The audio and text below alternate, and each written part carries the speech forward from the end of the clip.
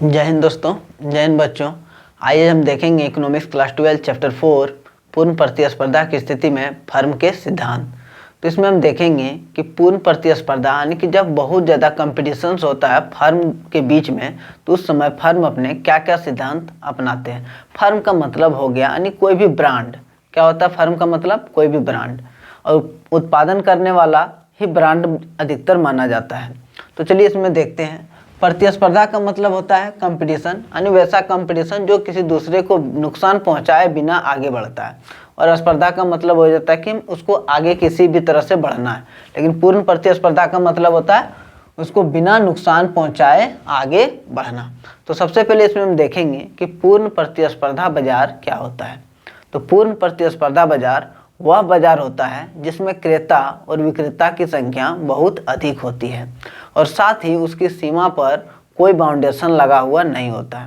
यानी वो कितना उसमें आ जाएगा फर्म, कितना आ जाएगा विक्रेता, कितना आ जाएगा क्रेता, इसका कोई उसमें रिकॉर्ड नहीं होता है। यानी कि कितना भी आए उससे कोई मतलब नहीं रहता है। तो चलिए इसमें लिखे भी हैं, देख सकते हैं आप। वह बाजार जिसमें क्रेता और विक्रेता की संख्या अधिक होती है, साथ ही उसकी कोई सीमा नहीं होती, यानी कि वो कितना आएगा उसका कोई सीमा नहीं होता है। नेक्स्ट है, इसमें देखिए इस बाजार की क्या क्या विशेषताएं होती है। विशेषता का मतलब उस बाजार में क्या क्या गुण होता है, यानी कि क्या क्या उस बाजार में हमको देखने को मिल सकता है। तो सबसे पहले उसमें हमको उसमें देखने को मिलेगा कि उसमें क्रेता और विक्रेता की संख्या अधिक होती है, तो इसका विशेषता भी हो जाएगा। इस बाजार में क्रेता और विक्रेता की संख्या अधिक होती है।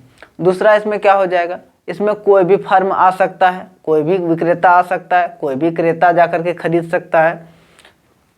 तो देखिए इसमें क्या हो जाएगा, तो फिर इसमें क्रेता के बहिर्गमन और आगमन पर कोई रोक नहीं होता है। क्या लिखे हैं इसमें, देखिए क्रेता और विक्रेता को इस बाजार में, दूसरा पॉइंट पढ़ दिए इसमें, देखिए इस बाजार में फर्मों के आगमन तथा बहिर्गमन पर कोई रोक नहीं होता है। ऐसे भी तो खरीदने वाला पर तो कोई हमेशा रोक होता नहीं है, लेकिन इसमें क्या है कि फर्मों के आगमन और बहिर्गमन पर कोई रोक नहीं होता। आगमन मतलब मार्केट में आना, बहिर्गमन मतलब मार्केट को छोड़ करके जाना, यानी मार्केट को वो जब चाहे तब छोड़ सकता है और जब चाहे वो मार्केट को ज्वाइन कर सकता है। नेक्स्ट देखिए, नेक्स्ट पॉइंट में क्रेता और विक्रेता को संपूर्ण बाजार का ज्ञान होता है। जो वहाँ खरीदने जाता है और जो वहाँ बेचता है, दोनों को क्या होता है, पूरा मार्केट का अच्छा नॉलेज होता है, तभी वो उस मार्केट में आता है। नेक्स्ट है, देखिए इसमें फर्मों के बीच में क्या होता है, बहुत ज़्यादा कंपटीशन होता है, यानी कि प्रतिस्पर्धा होता है, जिस वजह से किसी भी चीज़ का कीमत जो होता है वो सामान्य हो जाता है, उसका बहुत उच्च कीमत नहीं हो पाता है। इसलिए इस बाजार को सबसे अच्छा बाजार भी माना जाता है। तो चलिए अब इसमें हम आगे देखेंगे कि संतुलन कीमत क्या होता है और कीमत रेखा क्या होता है।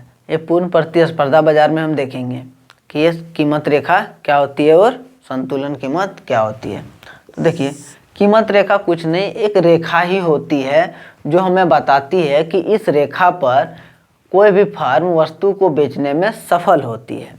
और संतुलन कीमत वह कीमत होती है जिस कीमत पर कोई भी फर्म उस वस्तु को बेचने में सफल होती है, तो उसे हम क्या कहते हैं, संतुलन कीमत या कीमत रेखा। तो दोनों को एक ग्राफ के जरिए आप तुरंत समझ सकते हैं। चलिए दिखाते हैं आपको तुरंत। कोई भी फर्म जो होता है वो हमेशा क्या चाहता है कि लाभ कमाना चाहता है, अधिक से अधिक क्या चाहता है, वो लाभ कमाए। इसलिए वो शुरू में क्या करता है, किसी भी चीज़ को दाम एकदम बहुत ज़्यादा हाई करके रखता है। क्या करके रखता है, ग्राफ में देख सकते हैं अभी, उसको बहुत ज़्यादा दाम बढ़ा के रखता है। तो पता चलता है कि उसका वस्तु बिक ही नहीं रहा है, तो क्या करता है, कीमत को घटाता है। क्या करता है, कीमत को घटाता है। और धीरे धीरे क्या करता है, जब देखता है कि वस्तु बिक नहीं रहा तो बहुत ज़्यादा घटा देता है। तो बहुत ज़्यादा जब घटा देता है तो पता चलता है कि उसका घाटा लगने लग जा रहा है।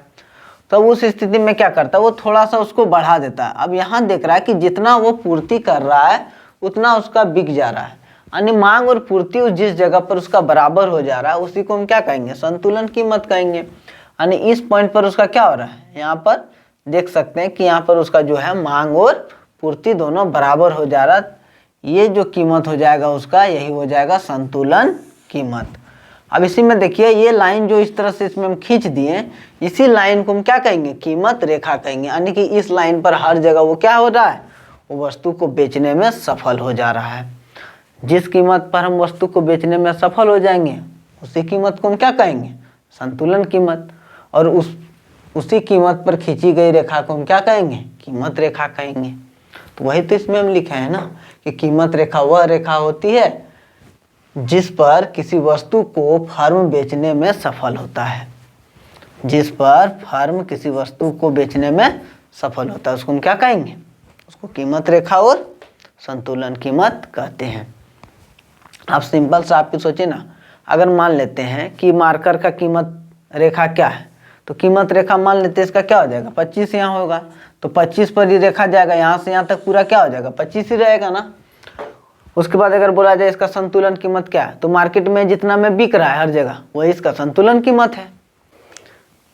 चलिए अब चैप्टर में आगे हम देखते हैं कि पूर्ण प्रतिस्पर्धा के बाजार में अब पूर्ति का क्या काम होता है, पूर्ति संकुचन क्या होता है। तो चलिए इसमें हम देखते हैं सबसे पहले कि पूर्ति क्या होता है। जिस तरह से अब इससे पहले वाले चैप्टर में पढ़े थे कि मांग क्या होता है, किसी निश्चित कीमत पर लोगों के द्वारा की गई वस्तु की मांग होती थी, उसी तरह से फर्म किसी निश्चित कीमत पर एक निश्चित समय में जो वस्तु बेचने के लिए प्रस्तुत करते हैं वो उस वस्तु की पूर्ति कहलाती है।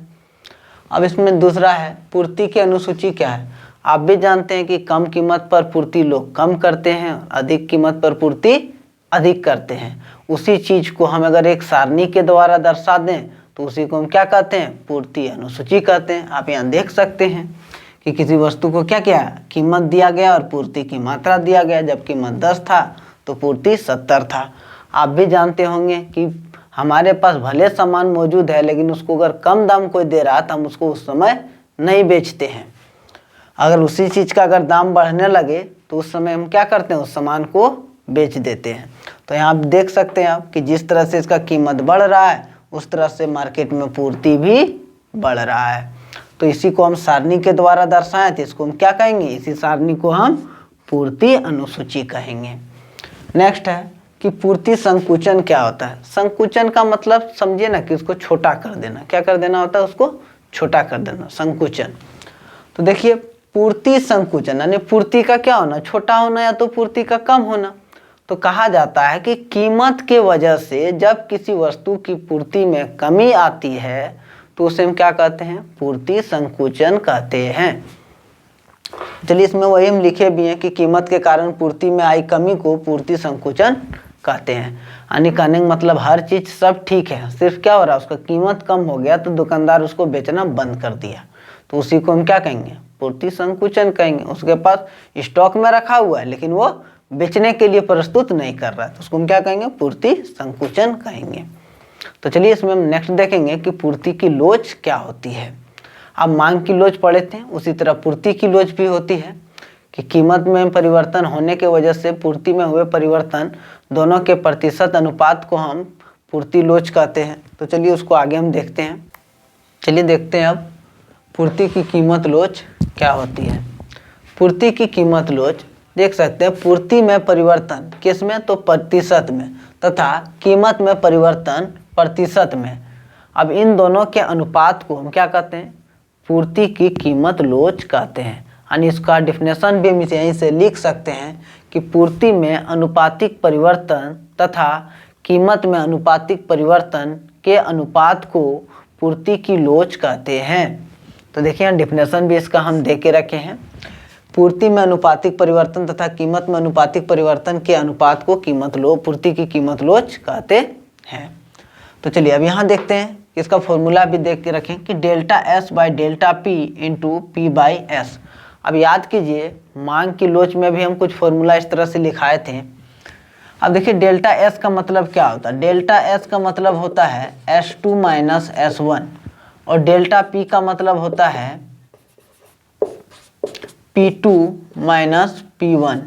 यानी कह सकते हैं कि पहले जो कीमत था और बाद में जो कीमत हुआ इन दोनों के अंतर को हम क्या कहते हैं, डेल्टा पी यानी कि कीमत में परिवर्तन, तथा पहले जो सप्लाई था और बाद में जो सप्लाई हुआ इन दोनों के अंतर को हम क्या कहते हैं, डेल्टा एस यानी कि पूर्ति में परिवर्तन।